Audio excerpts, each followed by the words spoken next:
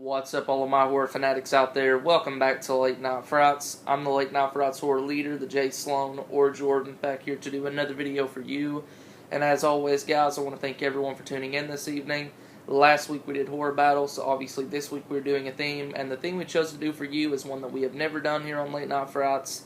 It was a theme created by All Random Things, and we are doing our horror letdowns theme. And basically what that is where each of us here on Late Night Frights are going to be talking about different horror films that have let us down over the years.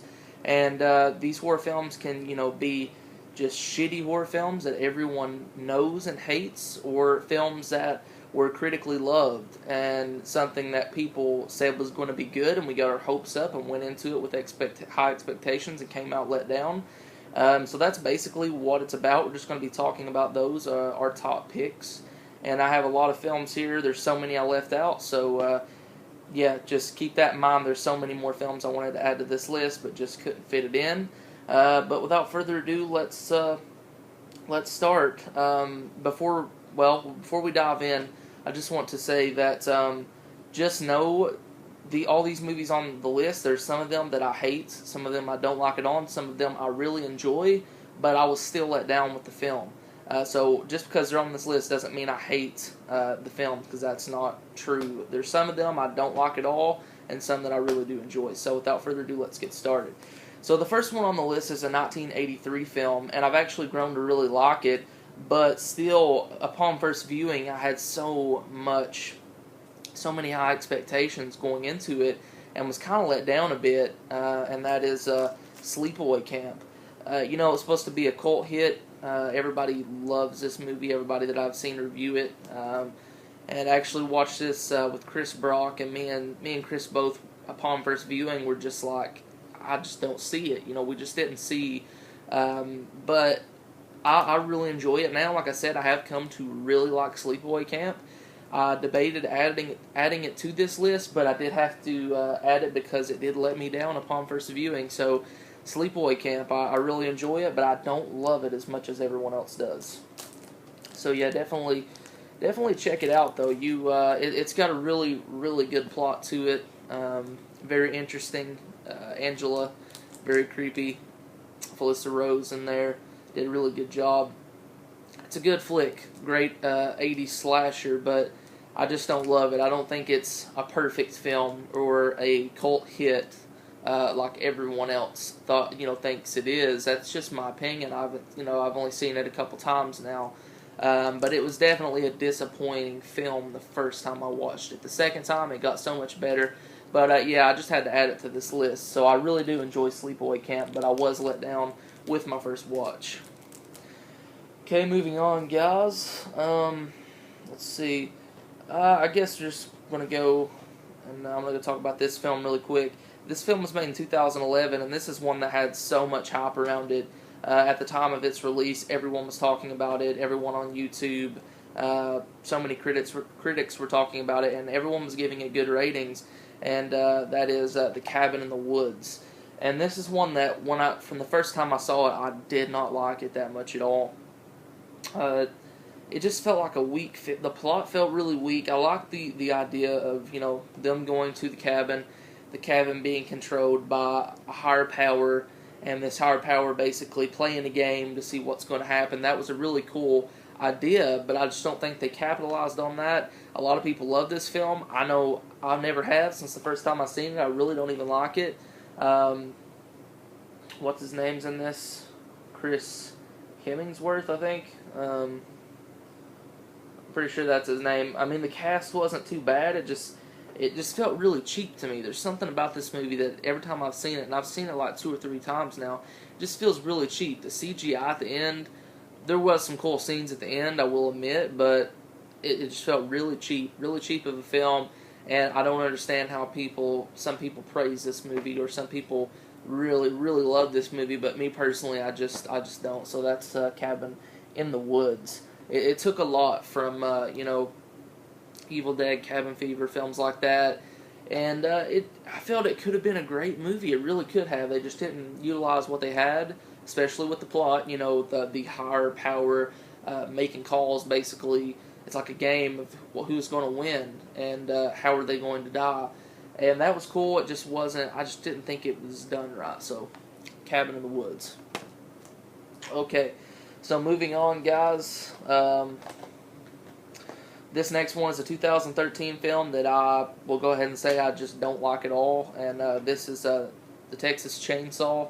If you watch my channel, you know how I feel about this film. Hell, if you watch Late Night Frights, you know how I feel about this film. It's to me, it's one of my least favorite horror films of all time. I just don't like it. I really despise it. I'm not going to go into a big reason why. I have a full-length review posted on my channel, so if you're interested, go check that out.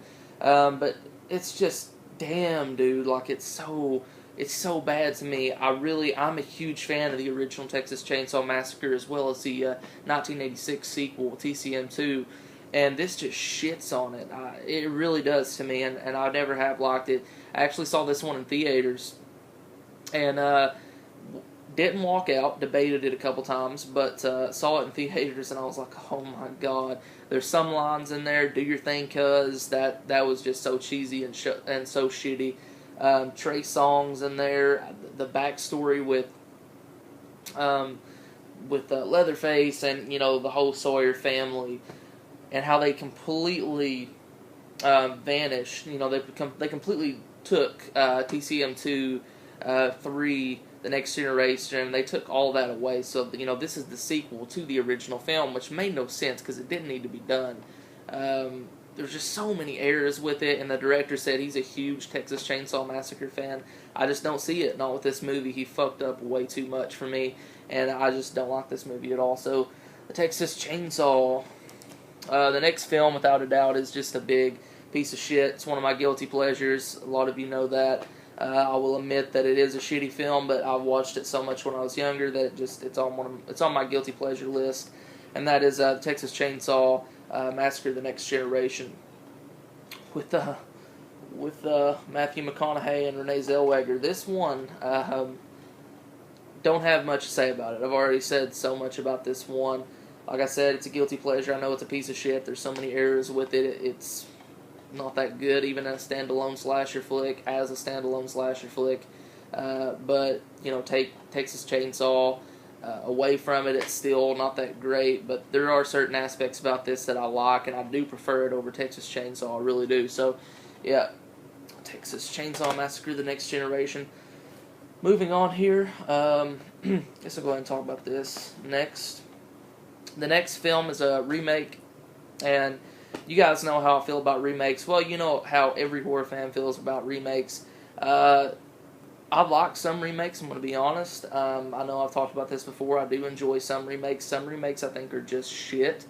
And you have to be very careful going into a remake, especially when the remake is of your favorite horror film of all time. And this next film is a 2007 film. It's Rob Zombie's Halloween.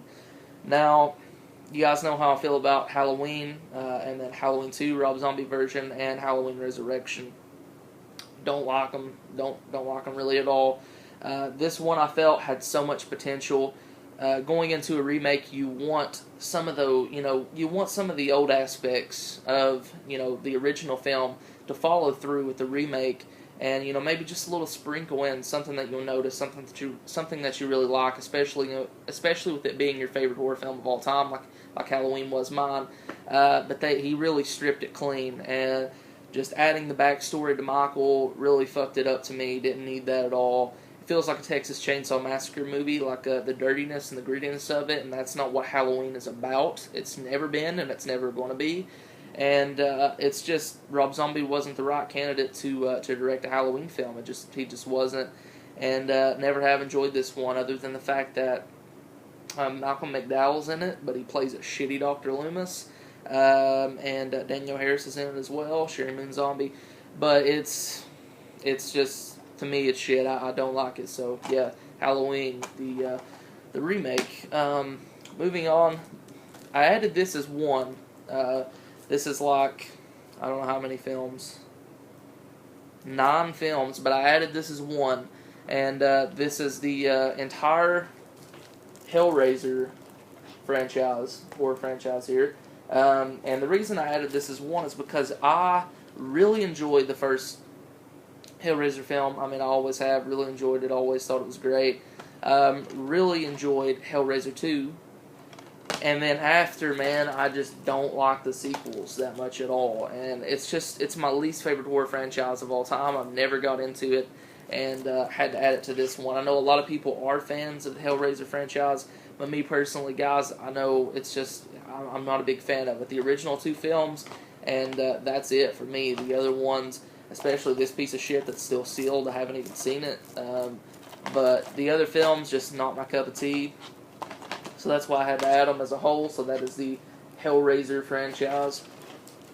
I don't know. It's just something about them I've just never been into, other than the first 2 flicks. So the last one on this list is a zombie film. I should have actually showed this one first. I kind of went out of order. But it's 28 Weeks Later. Another sequel that just failed to deliver, in my opinion. The original film was very creepy and different for its time, very unsettling. The way the infected move and the way they hunt and the way they attack is really creepy to see. And you put yourself like, oh, what would I do if I was in that situation? You know, The Walking Dead, the walkers in The Walking Dead are very slow and easy to get around and eventually become adaptable where you can actually control them and take them out very easily. But these infected, I'm going to call them zombies. The director just tries to take a cheap way out and say, oh, my film is unique. It's infected, not zombies. But the zombies in this, in the original film, and in this one, they're fast as well, are just very creepy and unsettling to watch. And you can see that if you were in that world, you would not last very long. But this one, the plot just wasn't as good as the original one. It just felt like they were going around in a circle, really. And I don't know, I just didn't really enjoy this one at all, other than the opening scene. I really enjoyed the opening scene. That was very crazy and hectic and chaotic, but after that, I just wasn't a huge fan. So yeah, guys, there's my horror letdowns. There's so many more, like I said, that I wanted to add to this video, some that I'm forgetting right now as I was looking through my collection, trying to gather up movies to show you guys. But there you go. That is all of my horror letdowns. So, yeah, thank you guys so much for watching. Stay tuned tomorrow. All Random Things will be talking about his horror letdowns and horror films that he doesn't enjoy and he doesn't like. And like I said, stay tuned for that. Comment down below and tell me what your horror letdowns will be. I'm really interested to hear everyone's opinions on that. And, yeah, I'm the Jay Sloan. You just watch Late Night Frights. Comment, subscribe, and as always, guys, keep it horror. Peace.